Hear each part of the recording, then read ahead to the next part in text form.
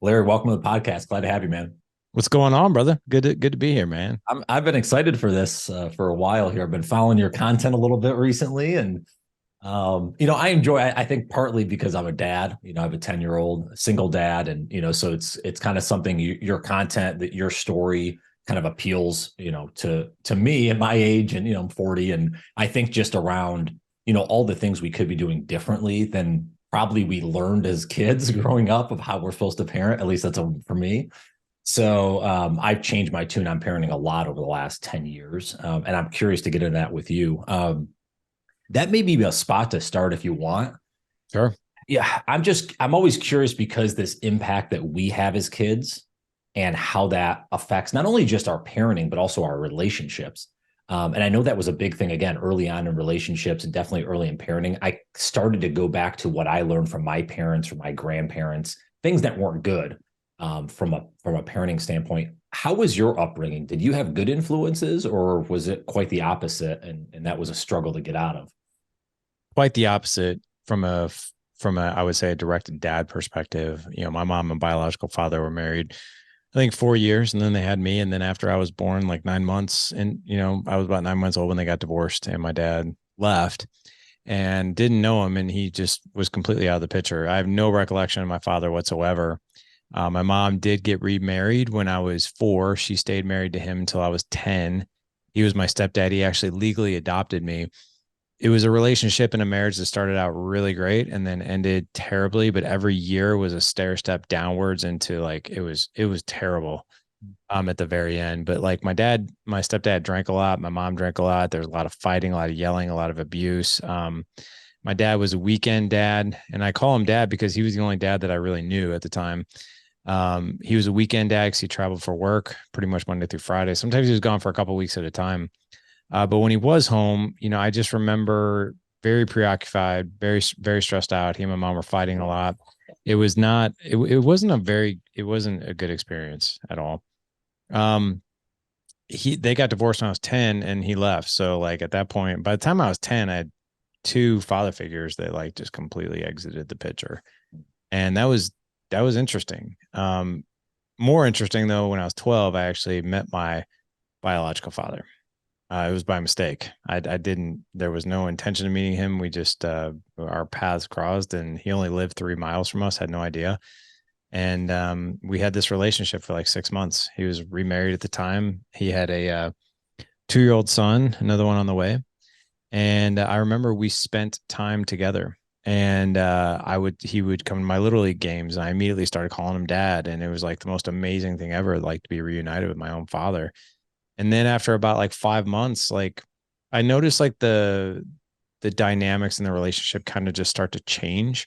And I couldn't put my finger on it. I was only 12. I just knew something wasn't right. Like he just seemed overwhelmed. He seemed stressed out, more distant, kind of cold. And I just remember when I was 12, I picked up the phone one day and I just called him and I said, "Hey, what's going on? Like I just feel like something's up. Like, is there everything okay?" And I'm 12, like 12 years old. And basically, I don't even remember really what was said. It was kind of all a blur. But I do know what the result was. And the result was we parted ways again. And that was freaking tough, man. Like all my friends, had dads at the time. Divorce wasn't as common as it is now. And Right. but that was tough. My mom continued to date. She got married again, married total 3 times, dated several men in between each marriage. Every guy was the same guy, just different face, different name. Partier, drinker, toxic. And I think by the time I was older, like I was just sort of done with it. I was like, for the love of God, just another dude, another loser, right? Um, Everything kind of culminated though when I was 30. So went on to college, graduated, married my college sweetheart.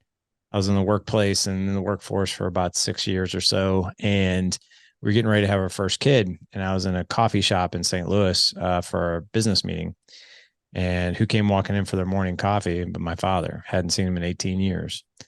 And that random, he came in to get his morning coffee, and I was there for a business meeting, ended up turning into a relationship that we have now. We have had for the past 17 years.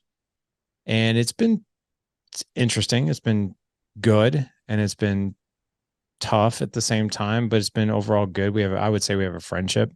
Mhm. And we have a relationship. I have two younger half brothers. He's still married to the same woman. Um, Good guy.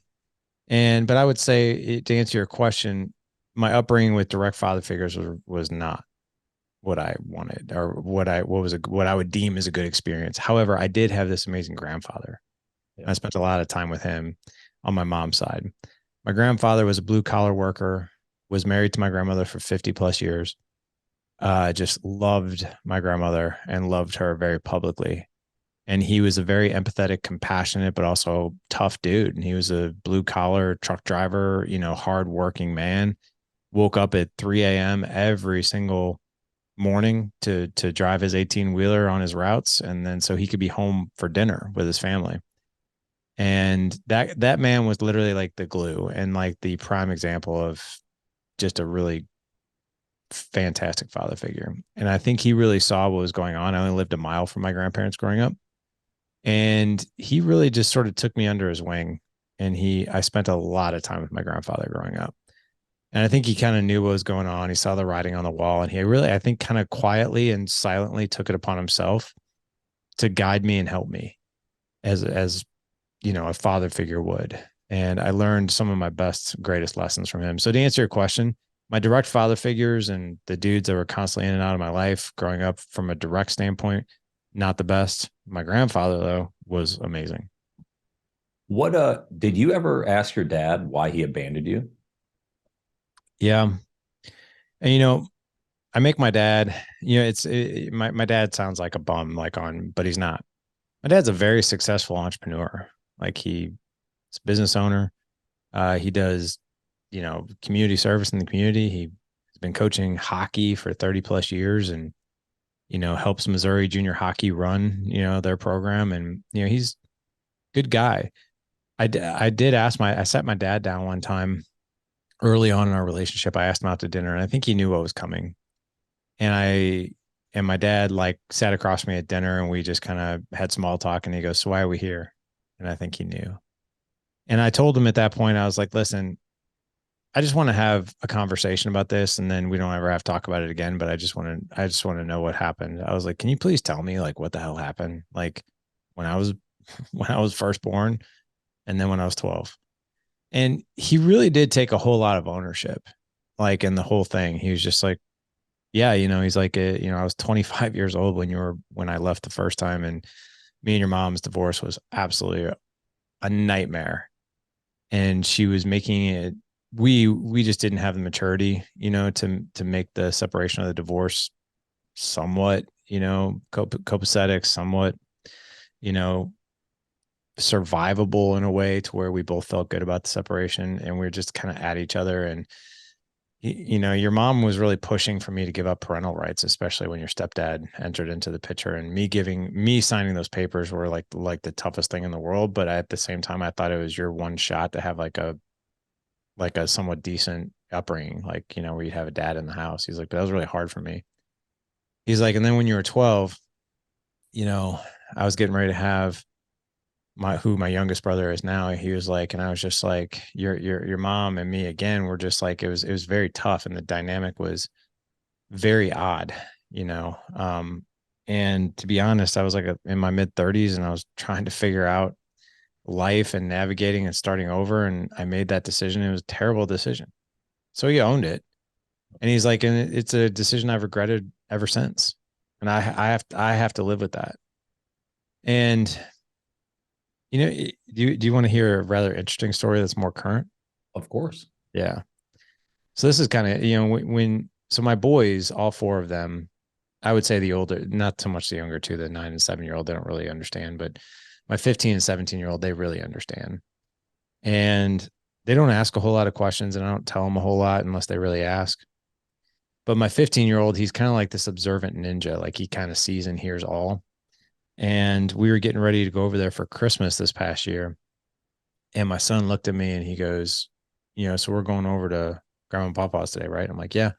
And he goes, do you like going over there? And when your kids ask you like very poignant questions like that, that their wheels have been turning on something. And I just kind of smiled at him. I'm like, why do you ask? And he's like, I don't know. he's like, I think about him not being a part of your life, and I think about you being a part of my life, and I think about like if you were to leave me twice, like I would never forgive you. It would be so hard for me. I was like, yeah. I was like, it's not to say that it's not easy. I was like, it's hard. I was like, but Mason, you reach a point in your life where you realize everybody's a human being, and people make decisions that they make in the time that seem like they're right and they're not right. And then they regret them. I was like, forgiveness for me, I was like, I could hold a grudge against my dad, but that's like me drinking poison and hope he feels it. That's not going to help anything. Yeah. I was like, you know who I really feel sorry for, Mason? He's like, who? I was like, my dad. I was like, think about this. I was like, I'm not saying I'm better than my dad. I will never say that. I will never say I'm better than anybody else. But I can live my life knowing that I give everything that I have, attention wise, emotional, physical, presence, and intention to my kids, to you guys. There isn't a day that goes by that I don't get to tell you I love you. I get to hug you. I get to be with you, be at your games, be a part of your life, watch you do life, be a part of it, right? My dad didn't do that. I was like, who has to live with that is him. I was like, I can't even fathom Mason for the life of me. That deep down, really, really deep down, my dad probably harbors so much regret and so much, he's holding on to probably a ton.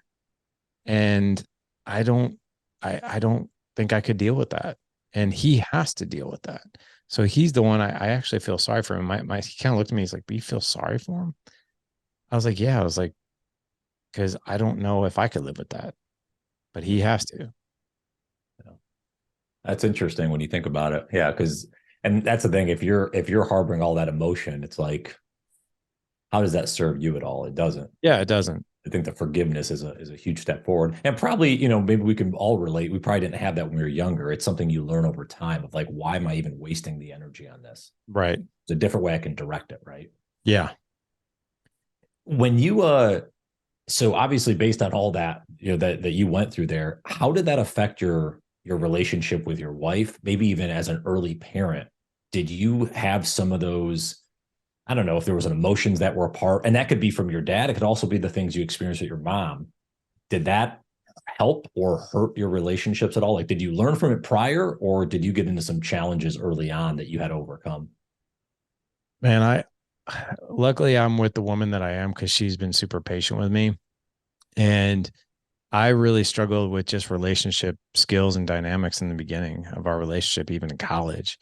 I mean, there was a blueprint, that I had growing up that, and this sounds really weird as I say it out loud, is that every marriage ends in divorce. Every relationship ends, and it doesn't end well. And it's kind of crazy because when you grow up and you have this revolving door of, you see your mom go, or dad, doesn't matter, but you see that person go through relationship after relationship after relationship after relationship, you start to believe that that's just how life works, is that you just have a revolving door of romantic relationships and one day they just come to an end. I was terrified to get married.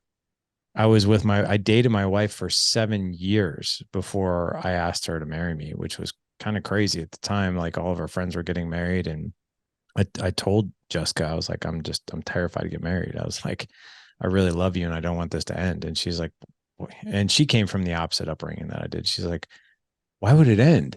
Like her rationale and mine were totally opposite. And I Right. was like, because that's what happens. And she's like, that's not what happens. Like one person, there's not one person in her family. I think going back like a couple of generations, probably a few generations, there's not one known person in my wife's entire family who's ever been divorced. Not one. Which is, so she comes from this background of like, oh no, you have a mate for life, right? No matter what, you see through it, you work through it. But my relationship skills with my wife it was kind of crazy. I sort of did marriage from like this arm's length a little bit, and I did fatherhood the same way. So I wasn't like abusive to my kids or my wife or anything like that, but I wasn't in it. Like I was half in it at the most. But I was your typical guy who, especially when we started having kids, I didn't know what I was doing and I get very frustrated. I was quick to anger.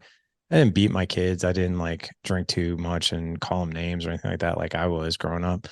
But I definitely didn't give it the attention it truly deserved. The best way I can describe it is think of, somebody you see in the gym if you're like a gym person, and it's the person that works out and you know that they're in there for like I'll go in for 25 minutes, I'll do my curls and my air squats and my abs and then I'll just leave. Right? So they're just kind of half in it, half out. They're just showing up to check the box. And then you have your people who are like die hard, right? They're just in there, they're crushing every workout. They're in that exercise routine and that's the way they live their life. I was the person going in for I was checking the box. Yeah. And that was not the way to live.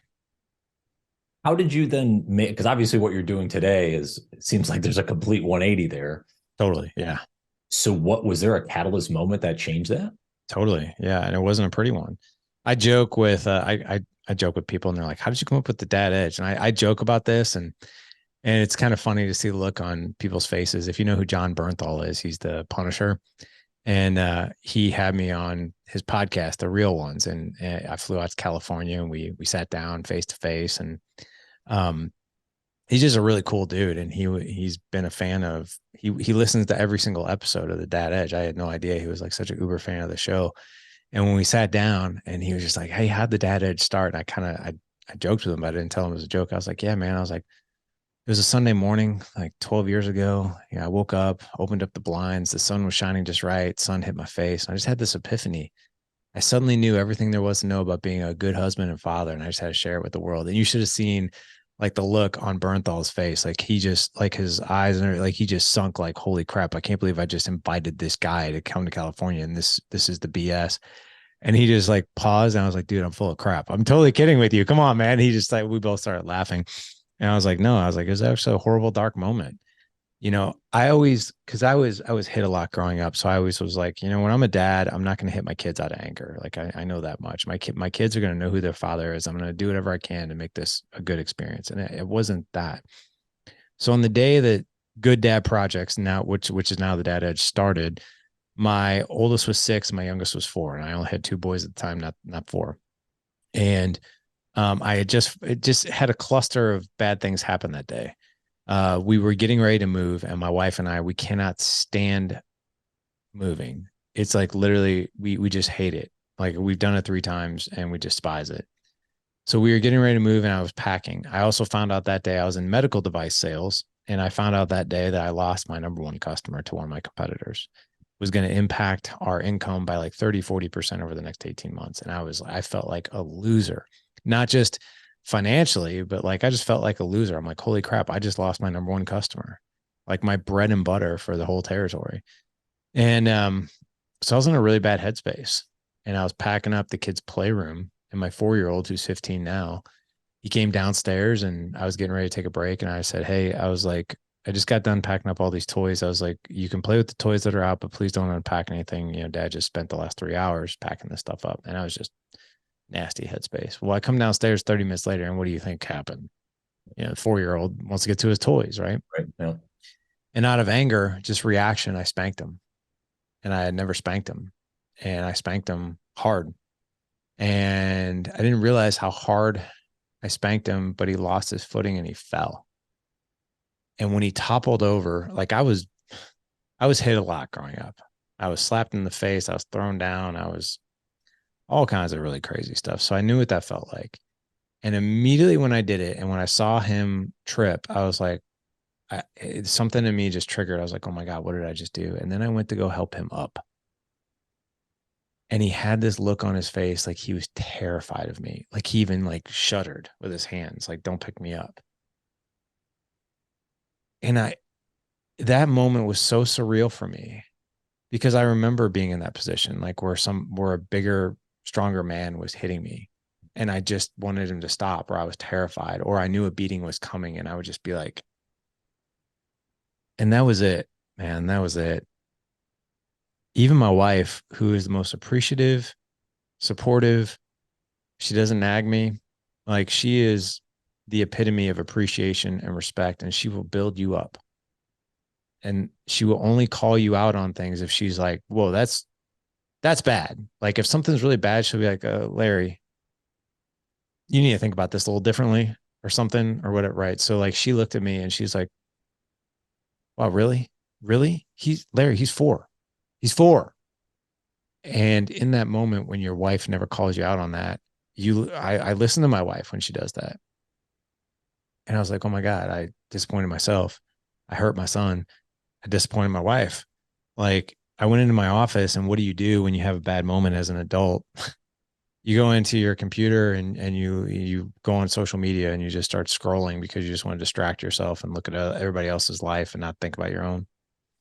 And in that moment, I saw this button in the left-hand corner. It said create a page. I had never created a page, and I just hit that button, and a thing pops up and it says, what do you want to name your page? And the words, The Good Dad Project, just rolled off my heart. And onto that keyboard. I truly think I'm a big believer in faith in God, and I did not have a hand in that night. That was all God. I truly, truly believe that. And that was a surrender for me. And I looked at my life. I looked at like medical device sales, right? I looked at my degree, which was a sports medicine degree with a minor in nutrition. I looked at other things I did, like martial arts. I had been doing martial arts for like about 10 years at that point. I started looking at things I was somewhat decent at. My job, I knew everything there was to know about the body and exercise and nutrition, and I knew a thing or two about martial arts. And I was like, why am I good at these things? Well, I'm good at these things because there's a community, there's training, there's someone who's teaching me, there's a curriculum. Like if you're a medical device rep, they don't just send you into the OR and be like, hey, best of luck, best time of your life. Don't worry, you'll figure it out. Like you have to go through rigorous training to even know what the sterile field is, like where you can and can't walk, right? And things like that. And martial arts, like I took Hapkido, Taekwondo, Krav Maga, and, each one has their own disciplines and how to throw a punch and how to throw a kick and how to do this lock and this hold and the submission and all this. No one throws you into the cage or a tournament and be like, hey, you're going to go up against this black belt. Don't worry, best time of your whole life, you'll figure it out. I mean, you can do that. You'll get pummeled. So I started looking at these areas of my life. I'm like, well, why am I good? Well, I'm good because of all this, there's resources. It's like, well, what is there for dads? And I literally started Googling things. I'm like, what can I learn? Like what books are out there? What podcasts? There was like hardly anything in 2011, 2012.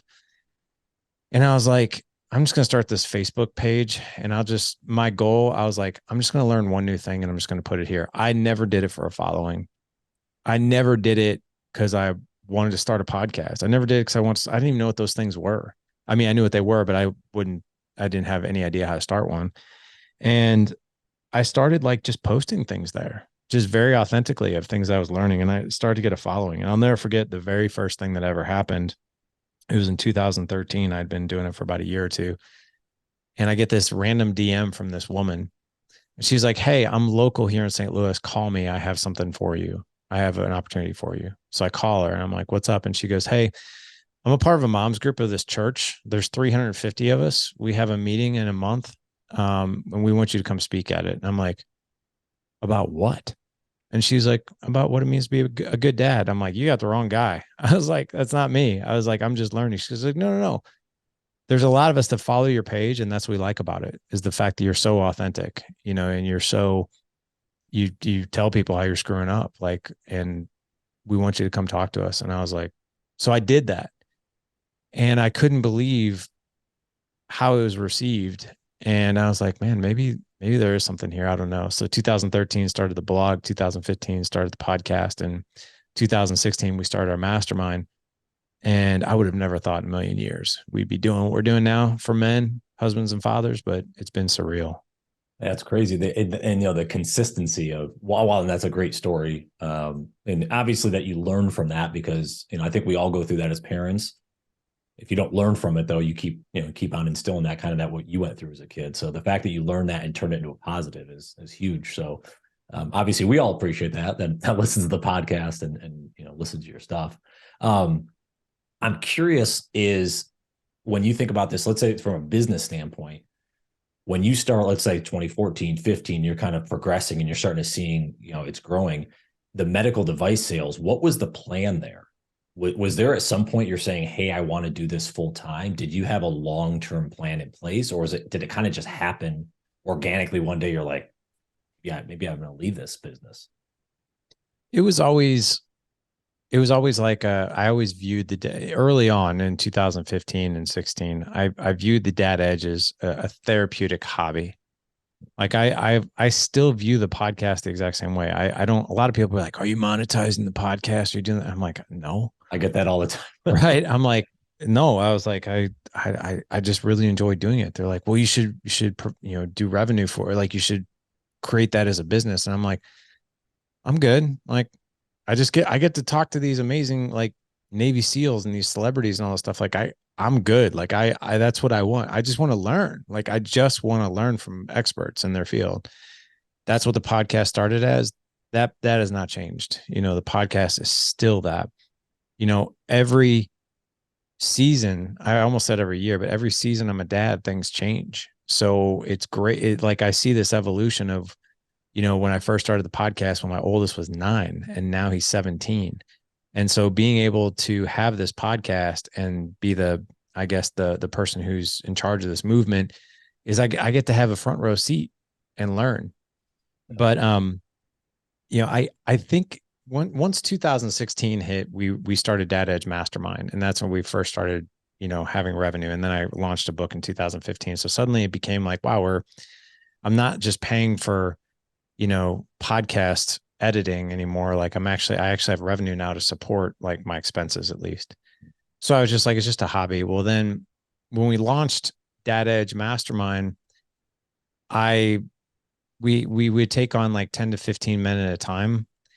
And we would have more and more guys apply for it. And I think at one point in time we were running, 5 call teams of 10 men, 50 guys. And I'm like, my God, I was like, this is becoming like it's becoming hard to actually manage it now. And in 2017, we started Dad Edge Alliance Mastermind, which was an ongoing mastermind. Just it never ends. And we keep teaching guys and keep helping men. And well, I started really realizing in 2018, I was like, maybe I could go full time with this. And it was hard because, medical device sales is a very lucrative career. And I thought I was a moron, for thinking like, wow, could I actually make this jump and this move? And in 2021, May of 2021, actually, it's to the day almost as you and I are recording, I made that decision to leave. And I think looking back on it, I had 2 years.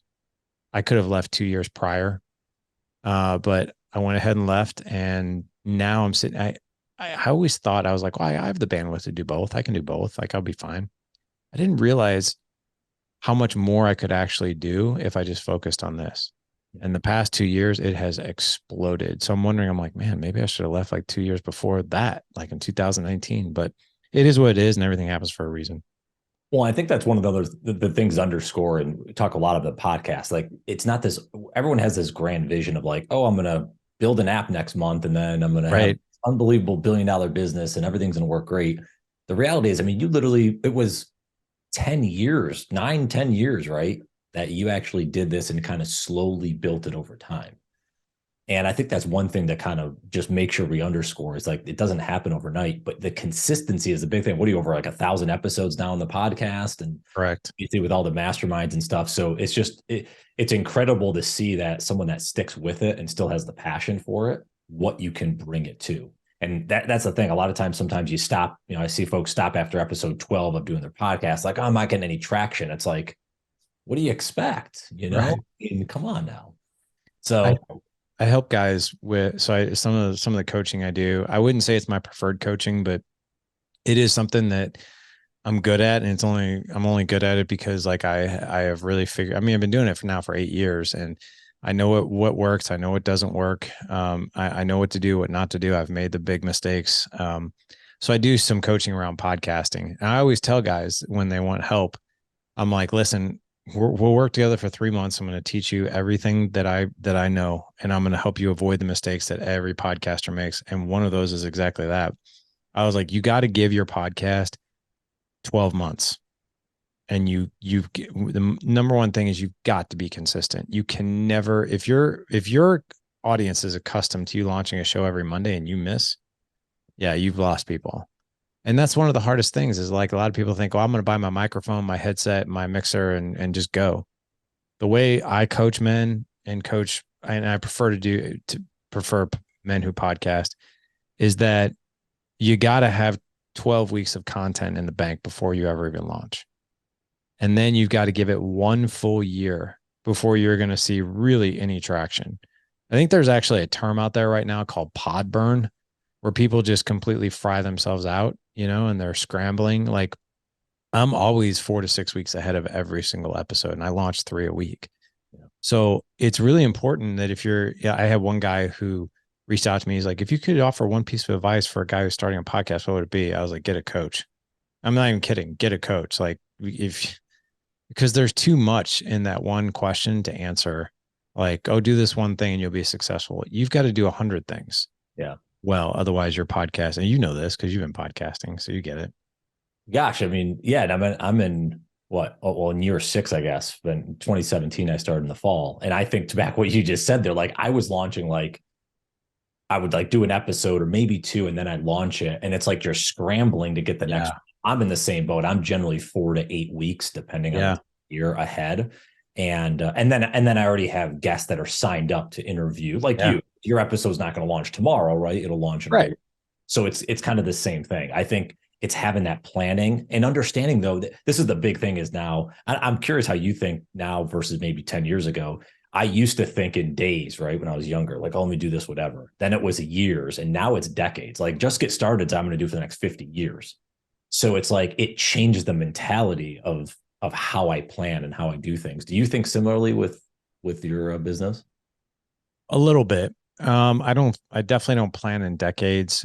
So what we do with our guys, and we even do this with our clients, is we do the 12-month and the 5-year vision. And I actually just had to redo my 5-year vision for my personal accountability group.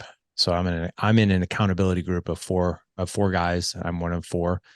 And we just had to refresh and renew our 5-year vision, our vision boards, 12-month outcomes, all those things.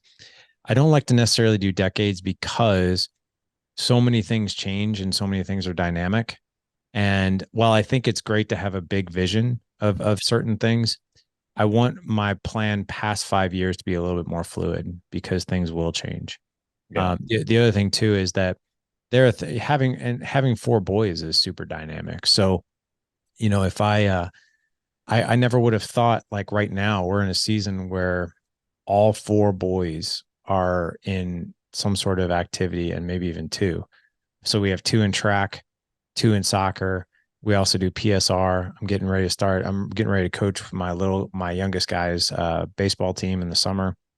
So like, I don't like to necessarily cast like, hey, this is my vision, because I like to roll with like, hey, what are the dynamics of the family? Because I have 5 of the people I need to think about and their schedules and what they're doing. And if I'm solely focused on what I want to do and my accomplishments, I'm not going to be really focused on theirs. So, and I always say, as soon as I start getting a little fried or burnt out, or just like there's a ton of things coming at me, and that starts to spill over in my family, I kind of have this mantra of like, this can't be all for nothing. Like if my family is sacrificing for this, then it's not worth it. So everything that I talk about on the podcast, everything I talk about in the mastermind, I live it, I breathe it. And when there's time to create more attention into the family, I have to step back and create that time, even if it's at the sacrifice of things that we're doing in Dad Edge. Yeah. Yeah, that's a great point. And just to be clear, because someone's going to be like, well, Brian, how do you plan a decades out? What I meant was thinking in decades, meaning, hey, I want to do this podcast for a while. So like, I'm going to just give up after 10 kind of thing. Let me ask you, well, by the way, how cool was it? And I don't know, maybe in past episodes, if you've had your sons involved, but how cool was it asking the question to Nicki Sixx last episode you had? Was that a cool experience? It was. And so my oldest he plays several instruments. He loves music. He wants to play music professionally when he gets older. And so his plan is to go to college, get a degree in entrepreneurship with a minor in music, because what he wants to do is he wants to be a part of a professional band and he wants to manage his own band. So I think that's brilliant. And he is a huge 80s rock fan. So he loves AC/DC, he loves Def Leppard, Poison, Motley Crue. He loves Motley Crue. And so when I told him, I was like, hey, man, like we locked in Nicki Sixx. He's like, are you kidding me? He's like, you can pull me out of school for that, right?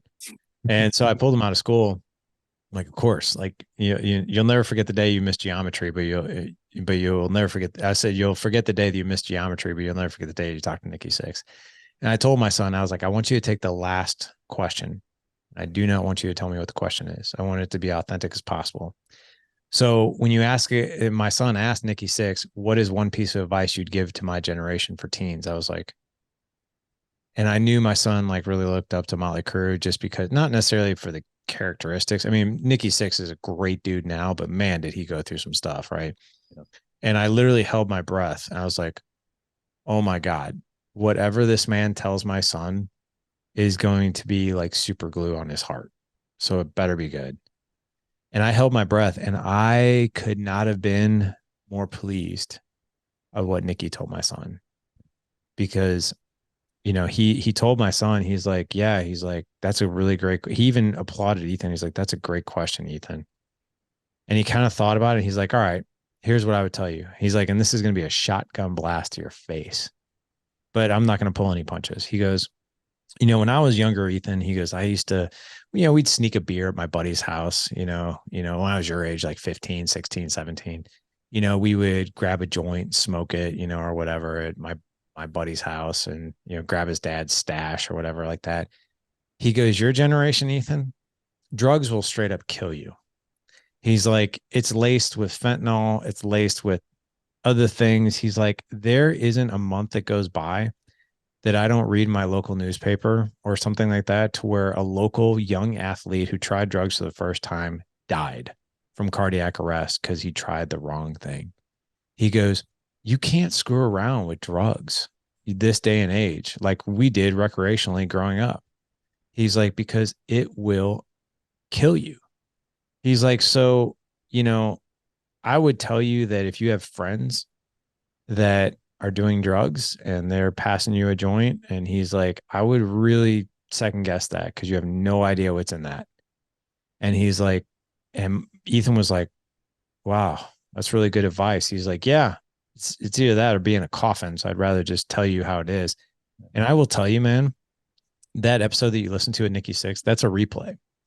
I like to every year what I do is I take we kind of poll the top 10 episodes that people download they like, and so we replay them because they like them. So that was actually a year ago. So it's been a year since he's talked to Nicki Sixx, and over this past year, he's 17 now. Some people in his it's very common in his social circle that people are doing things like that. Oh. And my son is not partaking. And I freaking love that. I'm like, why? Why not? He's like, why would I? You remember what Nicki Sixx said? And if I could hug Nicki Sixx, yeah, I would. I would tell that guy, I'm like, dude, you have no idea like the amount of peer pressure you've taken off my kid just by giving him that advice. Yeah. And I'm assuming that'll trickle down to the other kids, as well. I mean, I hope. You would hope. Yeah. You would hope. Yeah. I will say this. He was in a situation where one person was doing it and the person asked him like, hey, do you mind if I do this? And my son was like, you can. I'm not. And I asked my son, I was like, what did he do? He was like, he didn't do it. I was like, really? I was like, why do you think that is? He's like, I don't know. I was like, I do. I was like, I have an idea. I was like, I think you were the level up, right? You were the example. So people will, you're always going to rise, and in a group, you're not going to lower yourself to the lowest person in the group. You're going to rise to the highest person. That's why it's always important to always be around people who are ahead of you. I was like, I would bet that he didn't do that because he had to rise to where you were at versus the other way around. So I think there's something to be said about that. And that might be a good place to end our conversation. Larry, I know you got to get going, and I could probably talk to you for a few hours. There's a lot of other rabbit holes. If you'd be open to come on for part 2 down the road. I would love to. Yeah. A lot of fun. But Any lasting words of wisdom, insights, thoughts, where people can check you out? Anything that you'd like to share? Yeah, so this sounds self-serving, but and I don't mean it to be. I say this because I truly believe in it because I've experienced it myself. When it comes to fatherhood and parenting, fatherhood, marriage, if you don't know what you're doing and you feel lost, well, join the club. It's really okay. But what I will tell you is that there are now no excuses. There are resources to help you communicate better with your wife, to level up the intimacy with your wife, to have more patience and calm and connection with your kids than ever before. So I will say, maybe you came from a background where you're just like, man, it was just hard. Like, and I have the blueprint of what not to do. Join the club. It's not your fault if you don't know what to do. It is your fault if you don't do anything about it. And what I can tell you is men thrive in community. And if you do not have a trusted board of advisors, a trusted circle of friends, and I'm not talking about your drinking buddies, okay? That is not the ones you go watch the Patriots with and, throw back 6 beers and you talk about the same three things. What I'm talking about is getting conversations where it's like, hey, Brian, how's everything going with your marriage? How's communication? Are you taking your wife out on date nights? Are you guys having sex frequently? Are you on the same page with parenting? Are you calm with your kids? Are you patient with your kids? Are you connecting with your kids? What kind of conversations are you having with your kids? Those are the conversations you need to be around. And again, it sounds self-serving, but we have the alliance, the mastermind for guys. You can find all that at thedadedge.com. We have tons of free resources, tons of actually free trainings, podcasts you can find anywhere. I'm really active on Instagram. If you want to follow me on Instagram at the Dad Edge. But I would tell you that you don't have to go at fatherhood and marriage and life alone. You can surround yourself with the right people. That's awesome, Larry. Well, thank you so much, man. This was a lot of fun, and I appreciate the conversation. Back at you, man. This was fun. Thank you for having me. This is such an honor. Yeah.